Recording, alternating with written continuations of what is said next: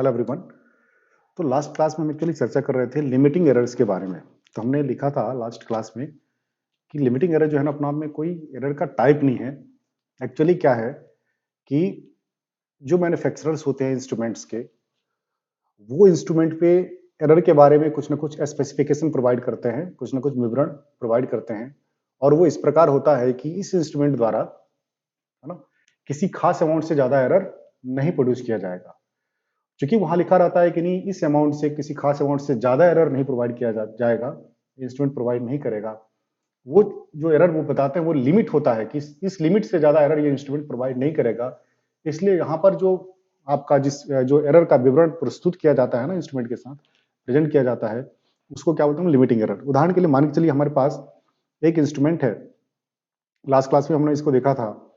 और इंस्ट्रूमेंट जो है ना आपका, उसका रेंज कुछ इस प्रकार है, 0 volt to 150 volt, 0 volt to 150 volt. Okay, तो देखिए इस इंस्ट्रूमेंट का क्या, ये इंस्ट्रूमेंट जो मेजर करता है कहां से कहां, 0 वोल्ट से लेकर के 150 वोल्ट तक के वोल्टेज को मेजर कर सकता है।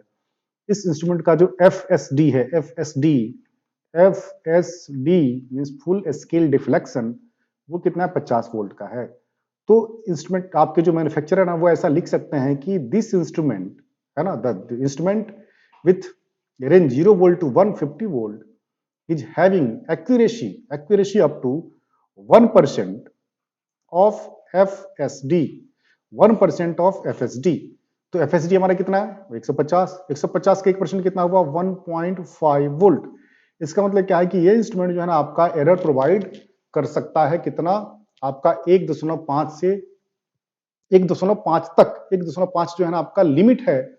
जो स्पेसिफिकेशन हमने यहाँ पर उदाहरण के लिए लिया है, इस उदाहरण के अनुसार इस इंस्ट्रूमेंट के लिए जो एरर है ना, एरर जो प्रोड्यूस कर सकता है, उसकी लिमिट कितनी है, 1.5। उसकी लिमिट कितनी है, 1.5। चूंकि यहाँ पर जो एरर हम बोल रहे हैं 1.5 की क्या लिमिट है आपका एरर का, जो आपके इंस्ट्रूमेंट प्रोड्यूस कर सकता है, इसलिए हम क्या बोलते हैं, इसको लिमिटिंग एरर बोलते हैं। इसको क्या बोलते हैं, हम लिमिटिंग एरर बोलते हैं। ओके बेटा, इससे ज्यादा इसमें कुछ नहीं है। लिमिटिंग एरर को भी जैसे क्या है कि हम किसी भी एरर को क्या है कि एब्सोल्यूट फॉर्म में या रिलेटिव फॉर्म में, एब्सोल्यूट फॉर्म में क्या है कि आपका measured value minus true value क्या आ जाएगा, आपका डेल वी आ जाएगा। ठीक, आपका एब्सोल्यूट एरर हो गया। अगर रिलेटिव एरर की बात बोलूं तो रिलेटिव एरर हम कैसे निकालते हैं भाई, relative error equals to absolute error divided by true value, ऐसे हमारा रिलेटिव एरर निकलता है। तो क्या है कि हम आपका जो लिमिटिंग एरर है, लिमिटिंग एरर को भी एब्सोल्यूट फॉर्म में या फिर हम आपका रिलेटिव फॉर्म में एक्सप्रेस कर सकते हैं। ये बातें हमने क्या है कि लास्ट क्लास में चर्चा की थी।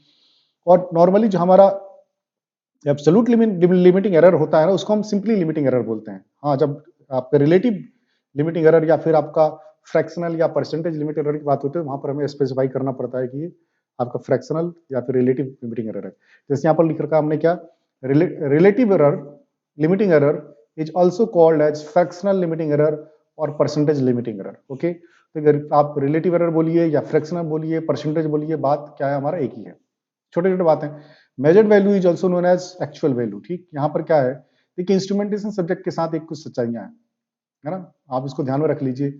आपके दिमाग में कई बार आ रहा होगा कि सर जितनी बातें यहाँ पर कर रहे हैं, ये क्या है कि टोटली जो बच्चे डिप्लोमा कर रहे हैं ना, उनके लिए बहुत फायदे की बात है, जो बच्चे कंपटीशन के प्रिपरेशन कर रहे हैं उनके लिए बहुत फायदे की बात नहीं है, ऐसा आपको लगता होगा। लेकिन एज ए टीचर जो मेरा एक्सपीरियंस है उस एक्सपीरियंस के अकॉर्डिंग मैं आपसे ये बोलूंगा बेटा, क्या है कि ये जो इंस्ट्रूमेंटेशन सब्जेक्ट है ना, इसके न्यूमेरिकल बहुत इजी होने के बावजूद बच्चों को क्या है कि डिफिकल्ट लगता है। क्यों डिफिकल्ट लगता है, क्योंकि इसके न्यूमेरिकल के साथ जो टर्मिनोलॉजीज कुछ जुड़े होते हैं ना, वो क्या थोड़े बच्चे उससे अनअवेयर होते हैं। जैसे कि आपका आपका basic circuit, DC circuit, AC circuit, और आप जो सर्किट एनालिसिस के क्वेश्चन जो करते हैं, तो उसमें जितना आप कंफर्टेबल अपना आपको फील करते हैं, उसी लेवल के क्वेश्चन होते हैं आपके इंस्ट्रूमेंटेशन, लेकिन वहां पे आप उसको इतने कंफर्टेबल फील नहीं करते।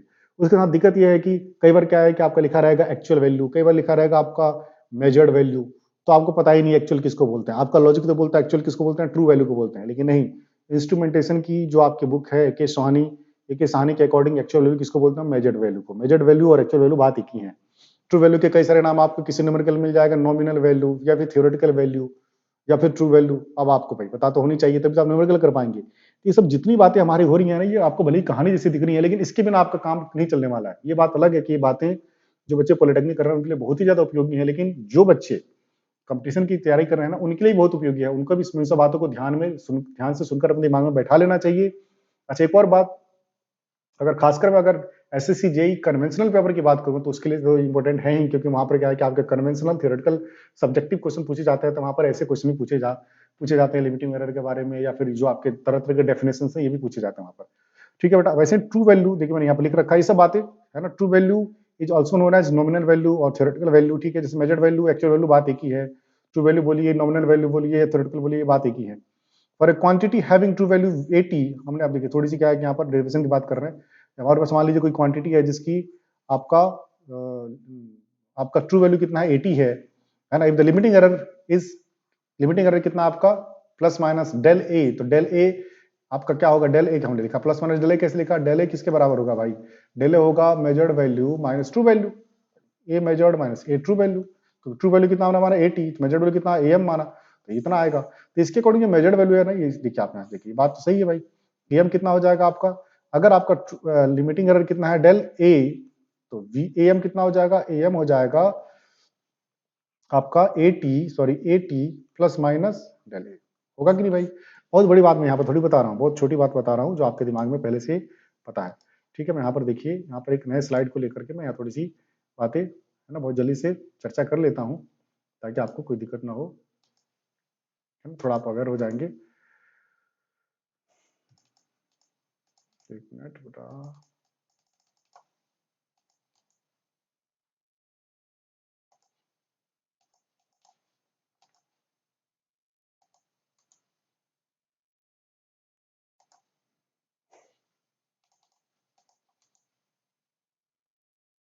डिलीट करने का ऑप्शन क्यों नहीं आ रहा है।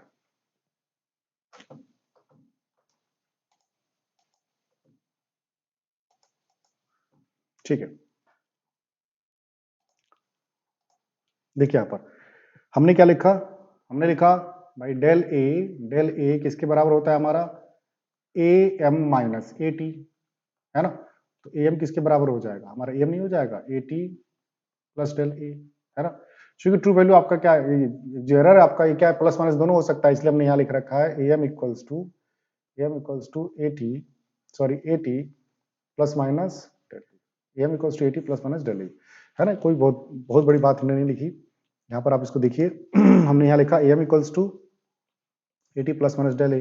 ठीक है, एग्जाम्पल के लिए for A register with true value कितना आपका 100 ओम, और उसका आपका जो लिमिटिंग एरर है कितना है प्लस माइनस 10 ओम, प्लस माइनस 10 ओम। तो देखिए यहाँ पर रिलेटिव एरर जो है ना आपका, ये किसका आपका एब्सोल्यूट है, देखिए परसेंटेज नहीं दिया गया है ना, ये प्लस माइनस 10 ओम। आपका जो आपके जो रिलेटिव एरर होता है उसका कोई यूनिट नहीं होता, या तो पर यूनिट में होगा या परसेंटेज में होगा।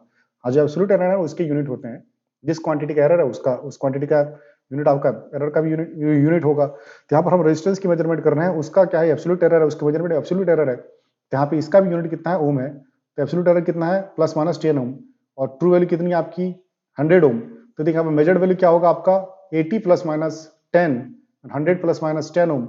इसका मतलब आपका जो मेजर्ड वैल्यू है ना वो 90 से लेकर के 110 के बीच में वेरी कर सकता है। यहाँ से दिख रहा है कि नहीं भाई, 100 प्लस 10, 100 माइनस 10, 90 से लेकर के 110 के बीच में वेरी कर सकता है। तो थोड़ी सी इस फॉर्मूला को आपको ध्यान रखना है, सब फॉर्मूला में एक बार और लिख दूंगा। उसके बाद नेक्स्ट बात देखिए यहाँ पे क्या है, रिलेटिव एब्सोल्यूट लिमिटिंग एरर किसको बोलते हैं, relative absolute relative limiting error ये हो गया डेल ए। तो आपका रिलेटिव क्या हो जाएगा, absolute divided by true, absolute divided by true.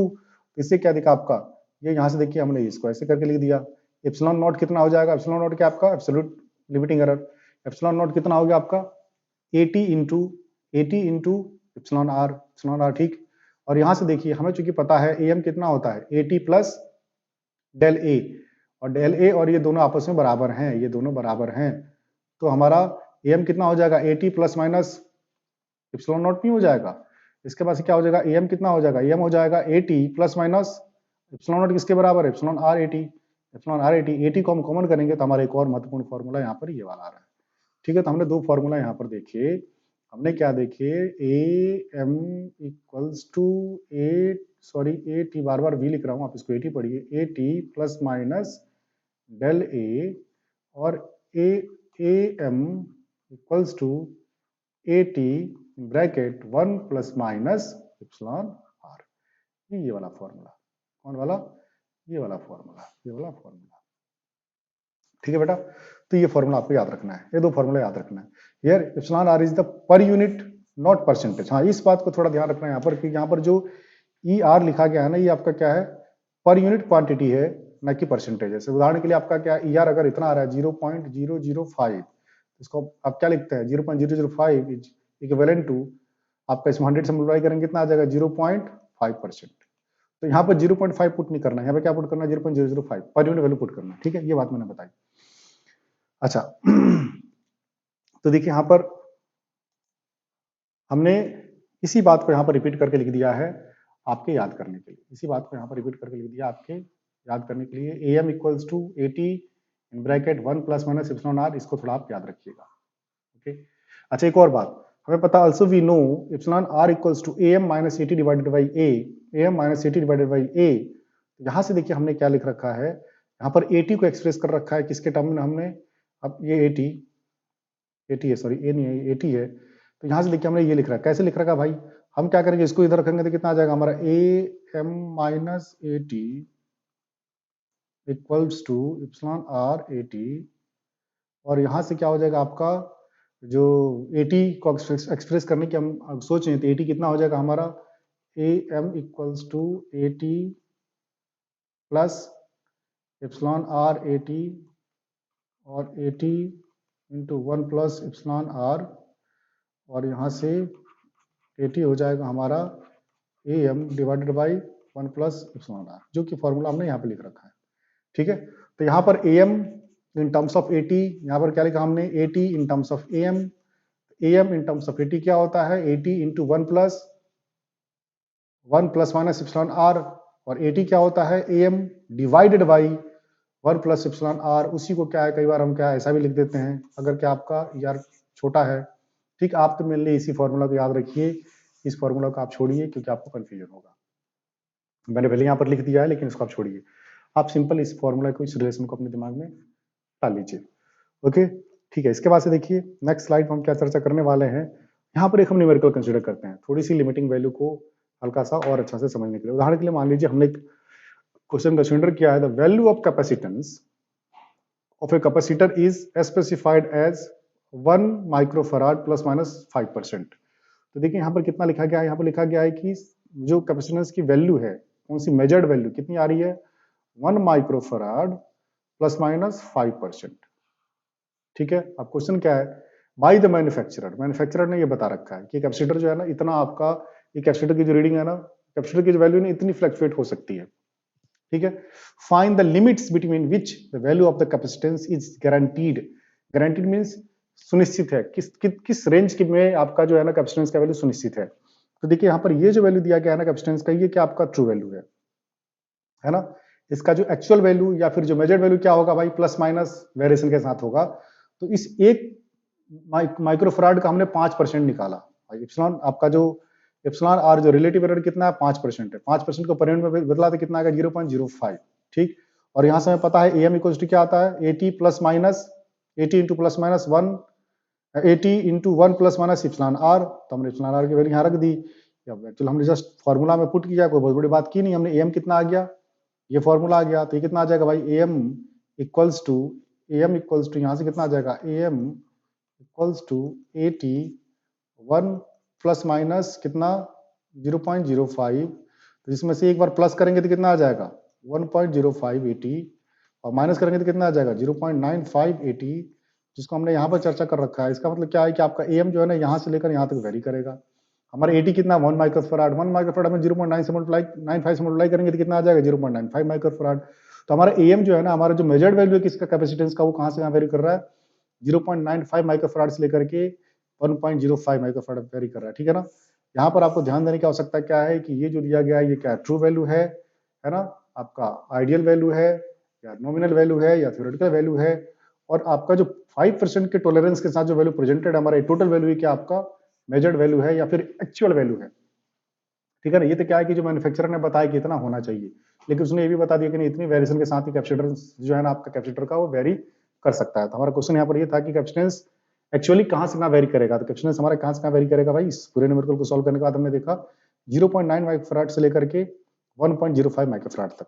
ठीक है, तो आई होप आपको ये समझ में आ गया होगा। इसके बाद से देखिए हम नेक्स्ट अपना जो स्लाइड उसको हम देखने का प्रयास करते हैं। बेटा यहाँ पर क्या है, देखिए एक और बात यहाँ पर थोड़ा इस एक और न्यूमेरिकल के बहाने हम समझने की कोशिश करते हैं।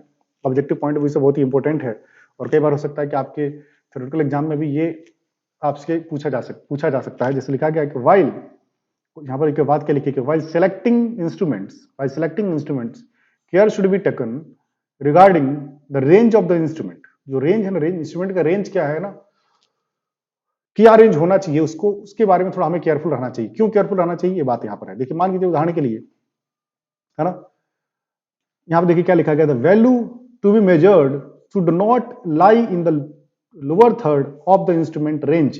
ठीक, आपकी बातें समझ में नहीं आई, लेकिन मैं जो एग्जाम्पल लूंगा उससे आपको समझ में आ जाएगा। जैसे उदाहरण के लिए मान के चलिए हमारे पास क्या है कि 2 वोल्ट मीटर है। कितने volt meter, 2 volt meter. 1 volt meter का रेंज जो आपका V1 है ना, उसका रेंज कितना है, 0 वोल्ट से लेकर के 150 वोल्ट। और हमारे पास एक दूसरा वोल्ट मीटर है V2, जिसका रेंज कितना है, 0 वोल्ट से लेकर के 50 वोल्ट।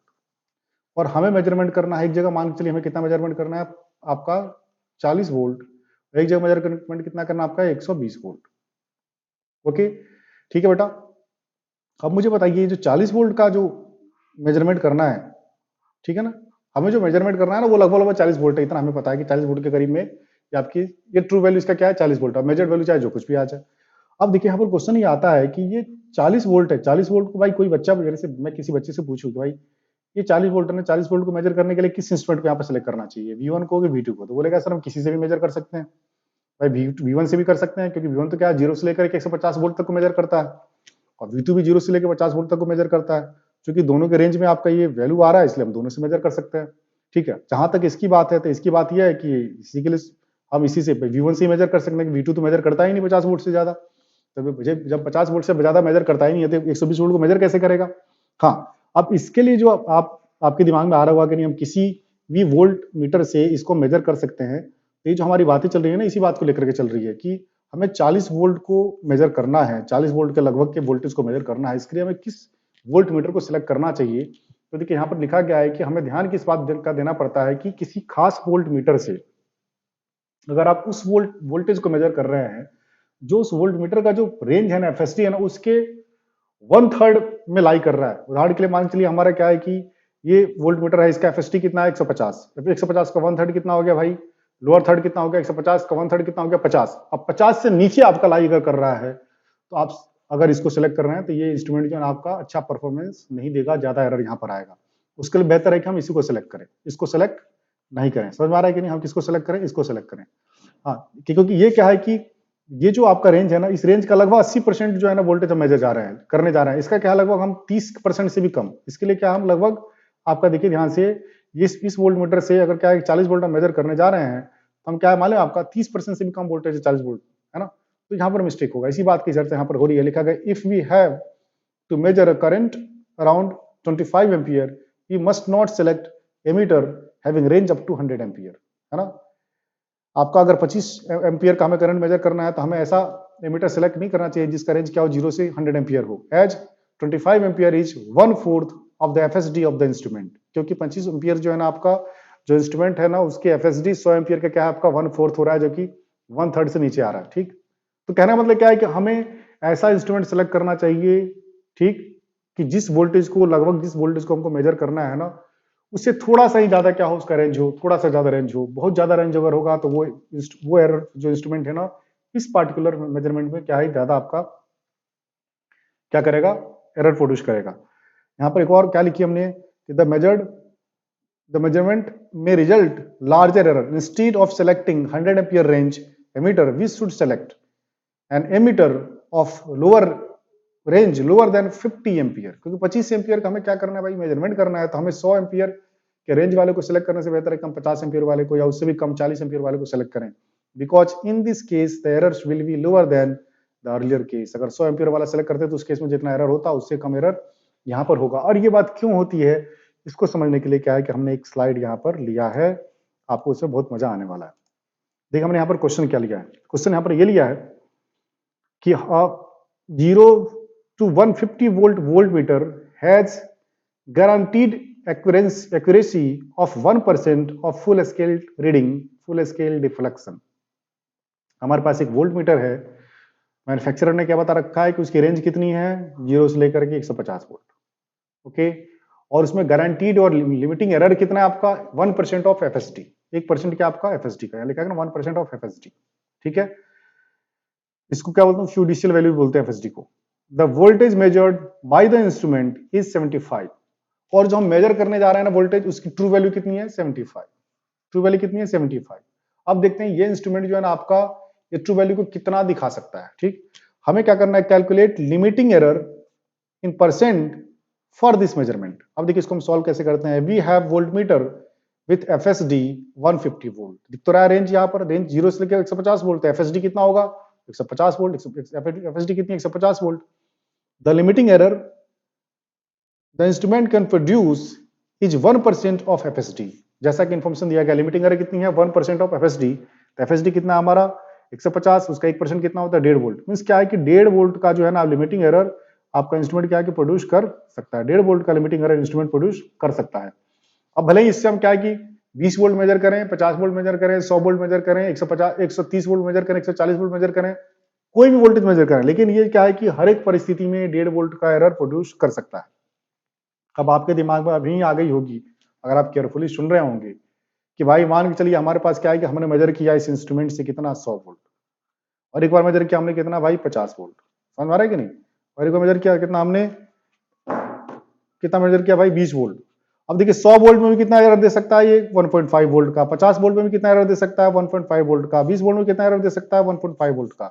तो यहाँ पर परसेंटेज एरर कम हुआ, यहाँ परसेंटेज एरर उससे ज्यादा हुआ, यहाँ परसेंटेज एरर और ज्यादा हो गया, क्योंकि ये इंस्ट्रूमेंट क्या करता है, एफएसडी का जो एफएसडी है ना उसका 1.5%, आपका 1% एरर प्रोड्यूस करता है, जो कि 1.5 वोल्ट है। तो अगर हमने क्या है कि 100 वोल्ट मेजर किया, तो 100 वोल्ट को मेजर किया तो उसको कितना शो कर सकता है भाई, 100 वोल्ट को क्या करेगा वो, 100 वोल्ट में 1.5 वोल्ट जोड़ के बता सकता है या कम करके बता सकता है, कि 1.5 वोल्ट का एरर बताता है। तो 100 वोल्ट को कितना बताएगा वो, या तो बताएगा आपको 98.5 वोल्ट से लेकर के 101.5 101.5 वोल्ट बता सकता है, 1.5 वोल्ट का एरर प्रोड्यूस करता है।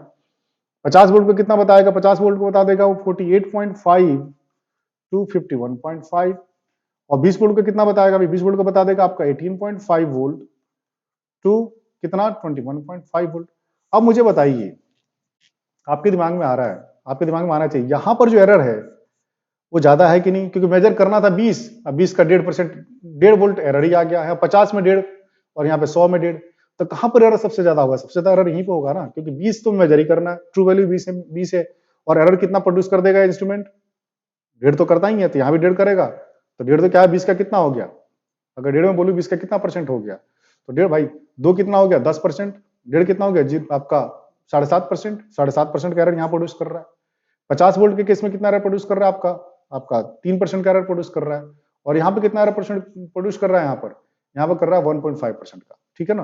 तो यहाँ पर तो एरर ज्यादा हो रहा है, इसी बात को हमने क्या न्यूमेरिकल से देखा है। Here one fact we should keep in mind for the instrument, the maximum permissible limit of error is plus minus 1.5 volt irrespective of the amount the voltage to be measured, amount of the voltage to be measured in the range of the meter।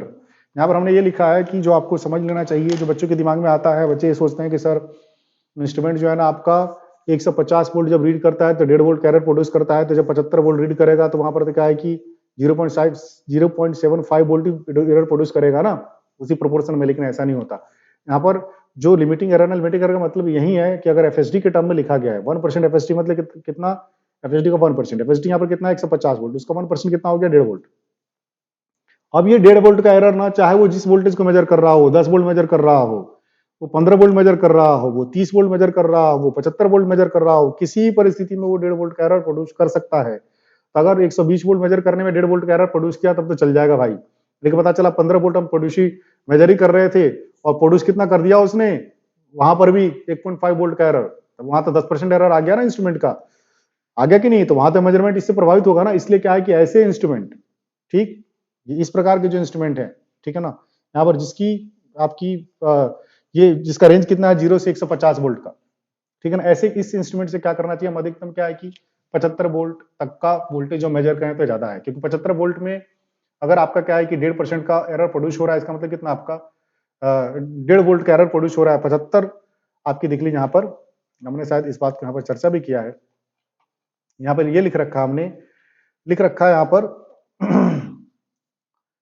यहाँ पर ये लिख रखा है if VT is 75 volt और 50 volt और 25 volt और 100 volt और any value with in measuring range, किसी भी रेंज में आपका कोई वैल्यू हो, कोई दिक्कत नहीं है। रेंज में आपका जो मेजरिंग रेंज है ना इस इंस्ट्रूमेंट का 0 से लेकर 150, उसके बीच में कोई वैल्यू हो, 75 हो, 50 हो, 25 हो, 100 हो, कोई दिक्कत नहीं है। हाँ, यहाँ पर ध्यान देने वाली बात यह है कि देखिए 75 के केस में अगर आपका क्या है, ट्रू वैल्यू कितना है 75, इसको आप टी लिख दीजिए, एम नहीं लिखिए, टी कितना है आपका 75, ट्रू वैल्यू कितनी है 75, तो कितना मेजर करेगा वो, इस 75 को कितना कहां से कहां वेरी कर सकता है वो, 73.5 टू 76.5 तक ये शो कर सकता है। इसका मेजर वैल्यू कितना आएगा, इतना आएगा। क्यों? क्योंकि इंस्ट्रूमेंट आपका कितना है 1.5 वोल्ट का एरर प्रोड्यूस करता है अधिकतम एरर इतना प्रोड्यूस करता है, तो इसको 75 वोल्ट पे कितना 73.5 माने 1.5 वोल्ट नीचे से लेकर 1.5 वोल्ट ज्यादा तक बता देगा वो, 1.5 वोल्ट नीचे से लेकर के 1.5 वोल्ट ज्यादा तक का बता देगा। तो 75 वोल्ट को क्या है कि 73.5 से लेकर के 76.5 तक वो बता सकता है। ठीक है, तो देखते हैं कि यहाँ पर क्या है कि एरर कितना हुआ। हमारा ट्रू वैल्यू कितना था भाई 75, और एरर कितना आ गया हमारा प्लस माइनस 1.5, मतलब कितना आपका 0.02 या फिर 2% का एरर यहाँ पर आ गया कि नहीं। अब चलिए क्या है कि इसी इंस्ट्रूमेंट से क्या है कि हमने 50 वोल्ट मेजर कर लिया, अगर हमने 25 वोल्ट मेजर किया, यहाँ पर देखिए 25 वोल्ट मेजर किया, तो यहाँ भी तो एरर कितना दे देगा, ये 1.5 वोल्ट ही देगा, एरर ही 1.5 वोल्ट देता है ये।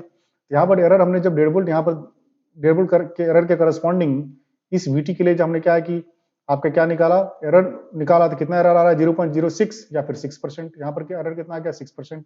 100 के लिए एरर कितना आ रहा है हमारा 1.5 डिवाइडेड बाई 100, एरर कितना आ गया प्लस माइनस 0.015 और 1.5%। यहाँ पर 125 के लिए कितना आ गया आपको भाई 1.2%। तो आप देखिए यहाँ पर क्या कि जब ये आपका 75 वोल्ट मेजर करता है, जब ये आपका 25 वोल्ट मेजर करता है, जब ये 50 वोल्ट मेजर करता है, जब 75 वोल्ट मेजर करता है, जब 125 वोल्ट मेजर करता है, तो यहाँ पर एरर कितना प्रोड्यूस करता है ये 6% का। 50 वोल्ट पर एरर कितना प्रोड्यूस करता है ये आपका, 50 वोल्ट हमने मेजर नहीं किया, यहाँ पर देखिए 100 वोल्ट पे कितना एरर प्रोड्यूस कर रहा था ये, 100 वोल्ट पे कर रहा है कितना 1.5 का। ठीक है, 75 पे कितना कर रहा है ये 2% का, 125 पे कितना कर रहा है वो 1.2% का। तो आपको नहीं दिख रहा, इसी इंस्ट्रूमेंट से जब क्या है कि किसी ऐसे वोल्टेज को मेजर करना है जिसका वैल्यू ज्यादा है, तो परसेंटेज एरर क्या आ रहा है, कम आ रहा है।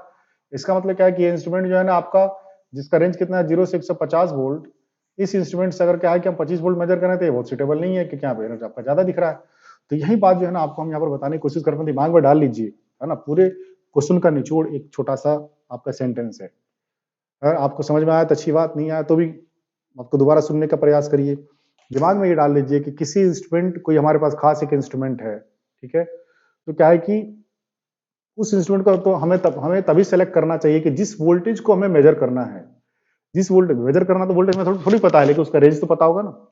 ठीक है, जिस वोल्टेज को हमें मेजर करना है, ठीक है ना, वो वोल्टेज जो है ना आपका उस इंस्ट्रूमेंट के FSD के 1/3 से नीचे में नहीं आ रहा हो, है ना, 1/3 से नीचे में नहीं आ रहा हो। उदाहरण के लिए क्या है कि हम एक 150 वोल्ट रेंज के इंस्ट्रूमेंट से 25 50 40 वोल्ट मेजर नहीं करेंगे, ठीक है ना। 150 वोल्ट के रेंज के इंस्ट्रूमेंट से क्या है कि हम 80 वोल्ट 70 वोल्ट 90 वोल्ट 100 110 20 ही करेंगे, ठीक है ना।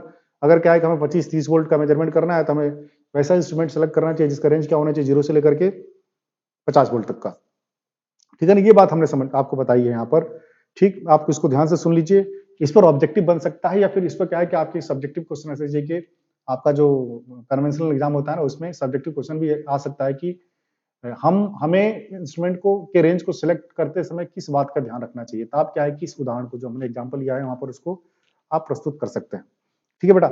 आपसे बता रहा हूँ कि थोड़ी सी जो टेक्निकल स्टडी होती है ना, जो हम क्या है कि यूट्यूब के चैनल से चैनल वीडियोज से हम क्या कुछ जब स्टडी करते हैं, तो वहां पर मैं कई बार पिछले वीडियो में भी बता चुका हूँ इस बात को। वहां पर क्या है, सिर्फ हमें सुनना नहीं चाहिए, थोड़ी सी आपको भाई आलस तो आ रहा होगा ना, दिक्कत होती होगी, लेकिन बिना कॉपी पेन के नहीं बैठना चाहिए, कि उसके बिना पढ़ाई नहीं हो पाती। आपको सही बता दूं, मतलब मेरा एक्सपीरियंस है कि टाइम पास हो सकता है लेकिन लर्निंग नहीं होती है।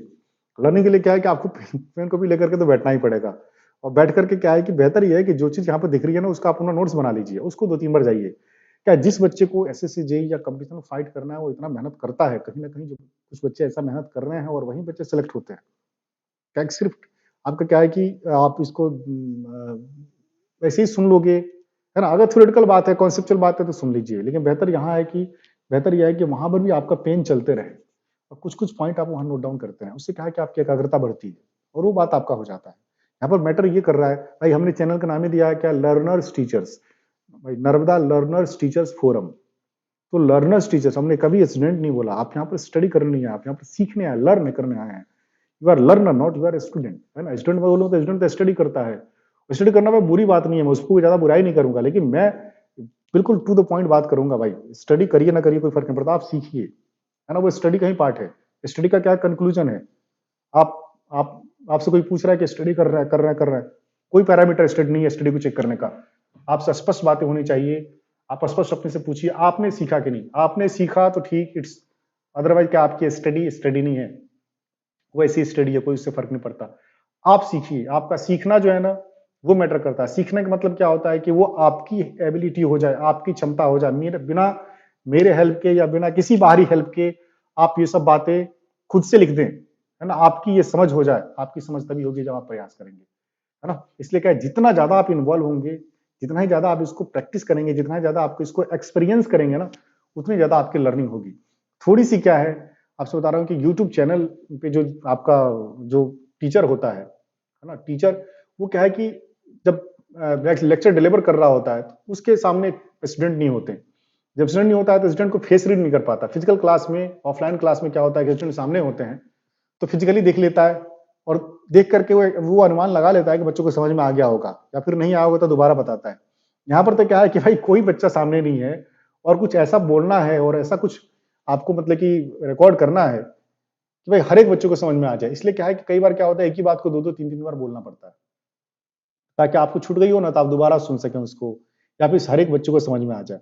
तो थोड़ी सी क्या है कि इस चक्कर में क्या है कि वीडियो का लेंथ लंबा हो जाता है, लेकिन फिर भी उम्मीद है कि जिन बच्चों को आपसे बता दूं बेटा, जिन बच्चों को क्या है कि जो बच्चे सीरियसली कंपटीशन की तैयारी कर रहे हैं, जो सीरियसली कंपटीशन की तैयारी कर रहे हैं, है ना, वो जरूर आपसे बता रहा हूँ कि बहुत वीडियो की लंबाई पे बिना ध्यान देते हुए वो क्या है थोरोली वीडियो को देखते होंगे और कॉपी पेन लेकर के बैठते होंगे और वीडियो का एंजॉय करते होंगे।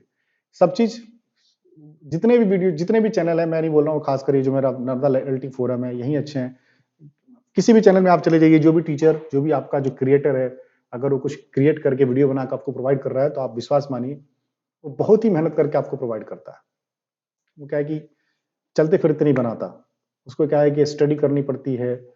स्टडी जो पहले से सीखा है उसको इकट्ठा करना पड़ता है, उसको प्रेजेंट करना पड़ता है, आपको पीपीटी बनाना पड़ता है, जैसे मैं बना रहा हूँ, कई सारे टीचर बोर्ड पे लिखते हैं, और आप विश्वास मानिए इतना मेहनत करना पड़ता है। और वो किस लिए, ताकि कुछ लोग उसका फायदा उठाएं, कुछ लोग तक वो पहुंचे, ठीक है ना। ये करके खुशी मिलती है। उसमें आप ऐसा, आप लोगों को लग रहा होगा नहीं यार इससे तो क्या यूट्यूब के चैनल के माध्यम से पैसा कमाते होंगे, ये सेकेंडरी बात है बेटा। अगर शुरू से ही कोई यूट्यूबर जो है ना आपका अगर इसी बात पर ध्यान दे दे कि मुझे यूट्यूब से पैसा कमाना है, तो आप विश्वास मानिए वो इतना ज्यादा फ्रस्ट्रेटेड हो जाएगा कि चैनल छोड़ के भाग जाएगा। इतना ऐसा इसमें पैसा नहीं है ना। आप लोग लगता होगा नहीं एक सब्सक्राइब कर दिया तो पैसा आ जाता है।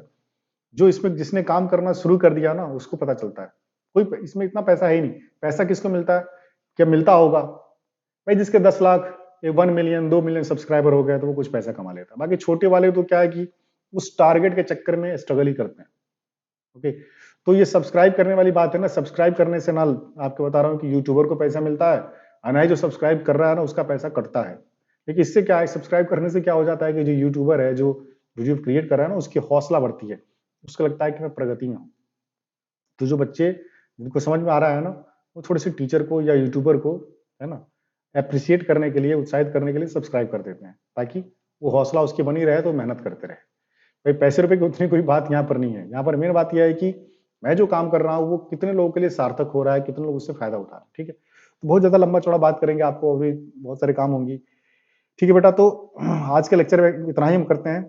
इसके बाद से एक और बात मैं अभी ही बता दूं कि हमारा जो एरर एनालिसिस है, ठीक है ना, इससे एसएससी जेईई में क्या है कि क्वेश्चन पूछे जाते हैं, भले ही आपके सिलेबस में नहीं दिया गया, लेकिन एसएससी जेईई में क्वेश्चन पूछे जाते हैं। और वो सब क्वेश्चन आपसे, मतलब कि कोई एक छोटी बात बता करके मैं आपको नहीं कह सकता कि आपको समझ में आ जाएगा। उन 2-4 नंबर के क्वेश्चन या 8 नंबर के क्वेश्चन, 1-2 क्वेश्चन को करने के लिए आपको बहुत सारी बातें सुननी पड़ती हैं। इसी को तो कंपटीशन बोलते हैं। हमारे कॉम्पिटिटिव एग्जाम में हमें पता थोड़ी होता है कि ये चीज आने वाला है, किस एरिया को पढ़ के जाए, इस एरिया से फाइट करके आ जाए। हमें क्या करना है, हमें पूरे सिलेबस को बहुत थोरोली पढ़ना पड़ता है। तो मेरा जो यहाँ पर फोकस है कि नहीं, मैं आपका जो एरर एनालिसिस है उसको बहुत थोरोली कवर कर रहा हूँ, है ना। उसके पीछे रीजन ही यही है कि जो बच्चे डिप्लोमा कर रहे हैं उनकी बहुत अच्छी हो जाएगी, वो डिप्लोमा के समय में इतना अच्छा उनका आपका स्ट्रांग हो जाए, इंस्ट्रूमेंटेशन इतनी इंटरेस्टिंग सब्जेक्ट हो जाए कि जब क्या है कि वो एसएससी जेई या आरआरबी जेई या कहीं फाइट करें तो उनको बहुत मजा आए, उनको डर लगे ही नहीं। उसके अलावा जो बच्चे एसएससी जेई की तैयारी कर रहे हैं, क्योंकि उनको क्या है कि कन्वेंशनल पेपर भी देना होता है, तो उनको भी कोई समस्या ना हो, और इसी कन्वेंशनल के बहाने क्या उनकी इतनी अच्छी हो जाए कि ऑब्जेक्टिव बहुत अच्छा हो जाए। इतने सारे टर्म्स यहाँ पर हम चर्चा कर रहे हैं, सुन रहे हैं, सबका जब नॉलेज आपको हो जाएगा, इसको जब कंसेप्चुअली आप समझ लेंगे, फिर आपको कोई दिक्कत होगी ही नहीं। तो थोड़ा सा क्या है कि यहाँ पर समय का इन्वेस्टमेंट है, और बहुत अच्छे जगह इन्वेस्टमेंट है, आपको उसको इन्वेस्ट करिए, है ना, वीडियो का एंजॉय करिए। हम क्या है कि 2-3 वीडियो और एरर एनालिसिस पे बनाएंगे, मैं अभी आपको बता दूं, क्योंकि उतने करने के बाद ही एरर एनालिसिस पे कुछ बातें हो पाएंगी। एक और बात, इतने के बाद भी, अभी से 2-3 वीडियो मेरे बनाने के बाद भी, एक बहुत ही महत्वपूर्ण पोर्शन एरर एनालिसिस का, जिसको हम बोलते हैं अनसर्टेनिटी, ठीक है ना। जिस एरर का मतलब क्या होता है, त्रुटि। अनसर्टेनिटी का मतलब क्या होता है, अनिश्चितता। तो जो मेजरमेंट में अनसर्टेनिटी है ना, उसको हम छोड़ देंगे, ठीक है ना। क्या पढ़ेंगे, सिर्फ सिर्फ त्रुटि ही पढ़ेंगे, क्योंकि अनसर्टेनिटी के क्वेश्चन जो है ना आपके गेट पॉइंट ऑफ व्यू से इंपॉर्टेंट होते हैं, वो एसएसजी के लिए उतने इंपॉर्टेंट नहीं है। लेकिन ये जो त्रुटि है, त्रुटि को ठीक ठाक तो पढ़ना पड़ेगा, है ना। तभी 2-3 लेक्चर इसमें होगी। इसके बाद से क्या है कि हम पीएमसी इंस्ट्रूमेंट, है ना, त्रुटि करने के बाद क्या है कि पहले हम त्रुटि के एसएसजी के वास्तविक क्वेश्चन देखेंगे, उसके बाद से पीएमसी करना शुरू कर देंगे, ठीक है बेटा। तो that's all for today. Okay, take care, bye.